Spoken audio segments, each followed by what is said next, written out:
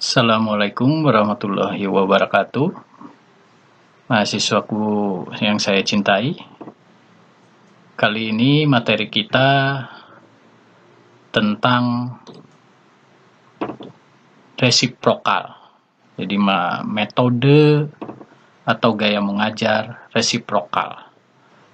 Nah, seperti kita ketahui, apa itu resiprokal? Resiprokal itu adalah satu metode yang mengutamakan kerjasama antar siswa dan tentunya juga ada siswa lain yang mengamatinya. Nah, seluruh pengertiannya. Pengertiannya adalah siswanya yang aktif nantinya di dalam kegiatan itu adalah sebuah kegiatan belajar mengajar dengan metode siswa aktif. Bagaimana peran guru? Nah, guru di sini adalah sebagai fasilitator saja.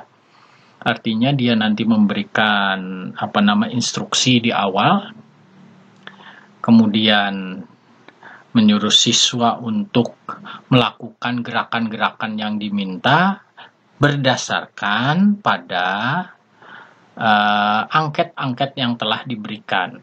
Jadi angket-angket itu bisa berupa gambar atau berupa kata-kata dan lain sebagainya, dan diserahkan kepada siswa. Nah, ini.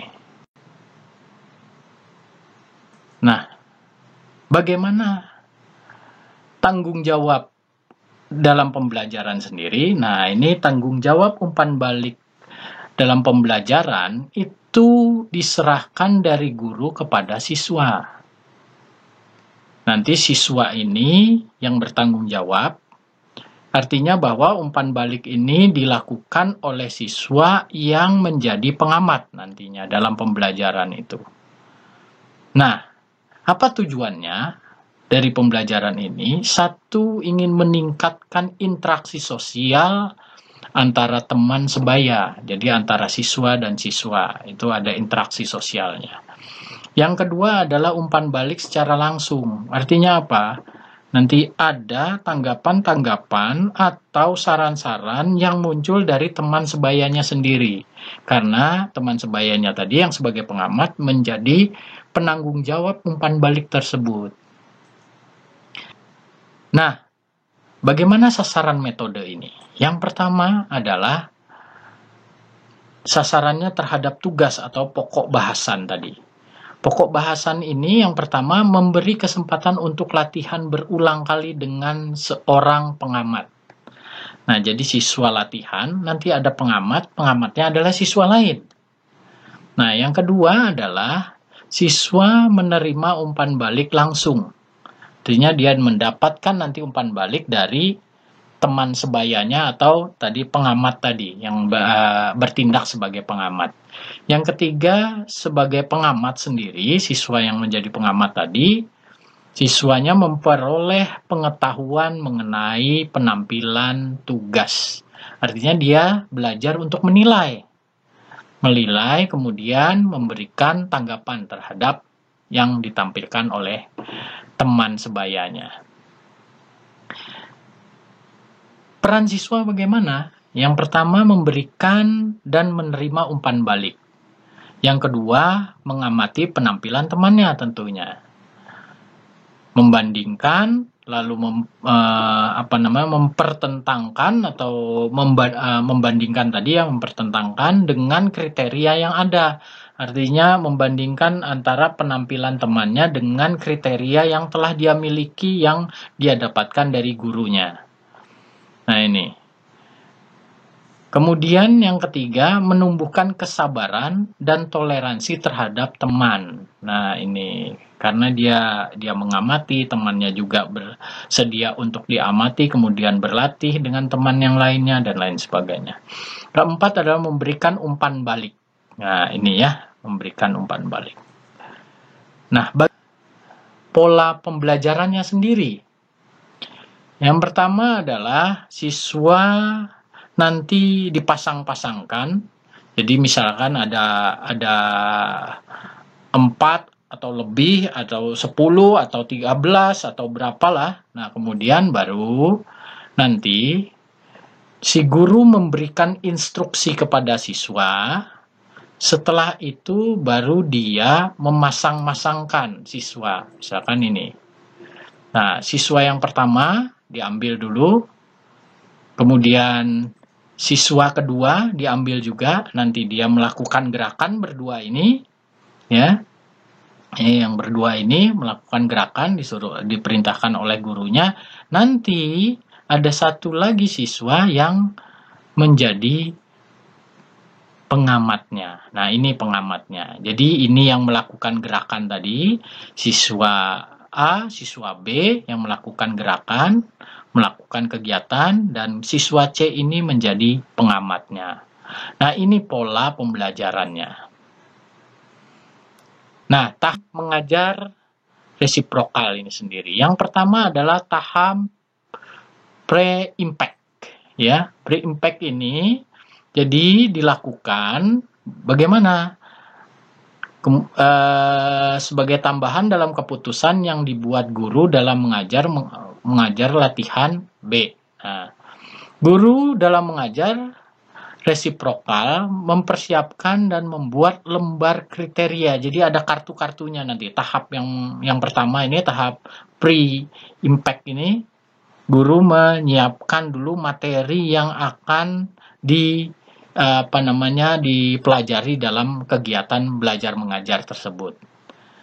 Nah, tahap berikutnya adalah impact sendiri. Nah, tahap impact ini yang pertama adalah guru memberitahu siswa harus bekerja sama dengan rekannya. Tadi kan ada yang 2 orang bekerja sama, kemudian itu yang berdua bekerja sama, kemudian satu jadi pengamat, dia juga ikut bekerja sama. Yang kedua, mengidentifikasi formasi. Jadi mengidentifikasi formasi ini ada yang berperan khusus, ada yang menjadi pelaku, kemudian ada juga menjadi pengamat. Misalkan belajar passing misalkan di dalam materi tersebut, maka si A melemparkan bola, ya kan? Melemparkan bola kepada si B. Nah, si C nanti mengamati bagaimana gerakan lemparannya. Nah, gitu. Ya. Yang ketiga, menjelaskan aturan. Nah, ini aturan ini bagaimana latihannya, bagaimana berkomunikasi, ya. Berkomunikasi ini artinya dengan pengamat. Jadi pengamat ini harus bagaimana dia melakukan pengamatan dan penilaian terhadap teman sejawatnya. Nah, yang keempat adalah pengamatan atau umpan balik. Nah, ini tahap impact atau tahap yang kedua tadi. Kemudian tahap yang ketiga, post impact. Tahap post impact ini yang pertama, siswa menerima kriteria yang diberikan oleh guru untuk mengkoreksi mengenai penampilan yang telah ditampilkan oleh rekannya tadi, yang si A dan si B tadi. Nah, si C nanti menerima untuk lembar koreksiannya bagaimana. Kemudian mengamati penampilan dari si pelaku. Jadi ini post impact ini besar terhadap siswa pengamat saja, yaitu siswa C tadi. Yang ketiga, membandingkan dan membedakan penampilan dengan kriteria yang ada. Ya, jadi penampilan temannya dibandingkan dengan kriteria yang ada pada dirinya, sudah ada lembar kerjanya tadi. Yang keempat, menyimpulkan apakah penampilan tersebut sudah dikatakan benar. Kelima, mengkomunikasikan hasil dengan pelaku. Kemudian keenam, mengawali jika perlu komunikasi dengan pengamatan oleh guru. Jadi pengamat dengan guru bisa berkomunikasi. Yang 7, aturan untuk guru adalah menjawab pertanyaan yang diajukan oleh pengamat, mempunyai inisiatif untuk berkomunikasi hanya dengan pengamat. Jadi guru hanya berkomunikasi dengan pengamat saja. 8, siswa harus menyadari aturan-aturan khusus dan garis komunikasi yang ada di dalam gaya mengajar ini. 9, menjelaskan kepada siswa tentang tujuan lembar kriteria. yang isi itemnya spesifik tentang apa kegiatan yang harus dilakukan. Menspesifikasikan logistik, parameter. Nah, ini di mana harus mengambil lembar kerja, parameter, waktu, dan sebagainya. Ini harus spesifik. Kemudian membagi kelompok, ada yang menjadi pelaku dan ada yang menjadi pengamat. Nah, itu tadi yang telah kita bahas. Proses pemilihan rekan membutuhkan waktu 1 menit, pasangan kemudian menyebar, dan aktivitas bisa dimulai. Yang ke-13, pelaku mengambil tugasnya dan pengamat akan mengambil langkah yang dibutuhkan untuk memberikan umpan balik sekaligus membuat keputusan dalam tahap post-impact. Nah, jenis pembelajarannya seperti ini, note taking, pairs, ya. Kemudian learning cell, fishbowl, role play, ya, jigsaw, test taking team. Nah, itu tadi jenis-jenisnya. Nah, ini adalah contoh pembelajaran resiprokal sendiri yang saya ambil dari YouTube. Silahkan menyaksikan.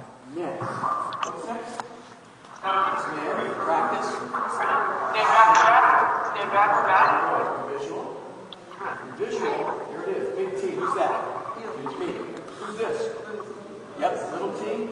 I need you to be the person giving feedback. You're going to give feedback, and we're going to learn a new skill because you've never seen this before. You've never seen this skill before. Visual. Visual. Here it is. Big T. Who's that? You. It's me. Who's this?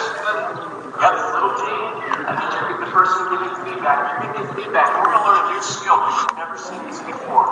You've never seen this skill before.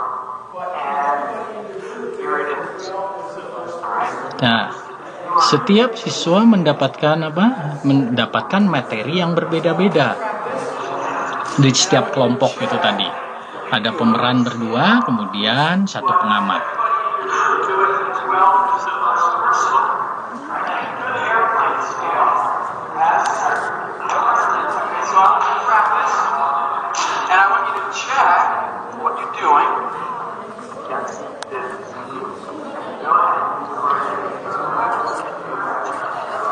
So, in reciprocal style, the teacher will give a task to the students. You can see a task card right here.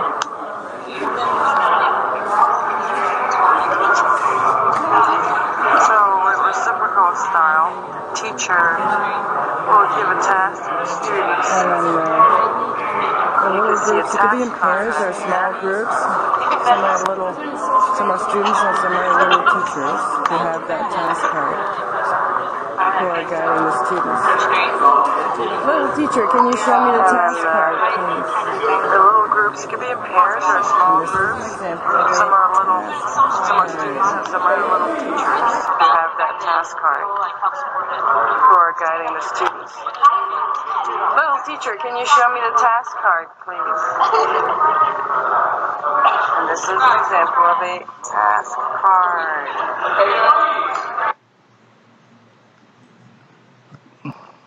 Oke, mahasiswaku yang sekalian, itu saja materi kita tentang resiprokal. Semoga bisa dipahami. Wabillahi taufiq wal hidayah. Wassalamualaikum warahmatullahi wabarakatuh.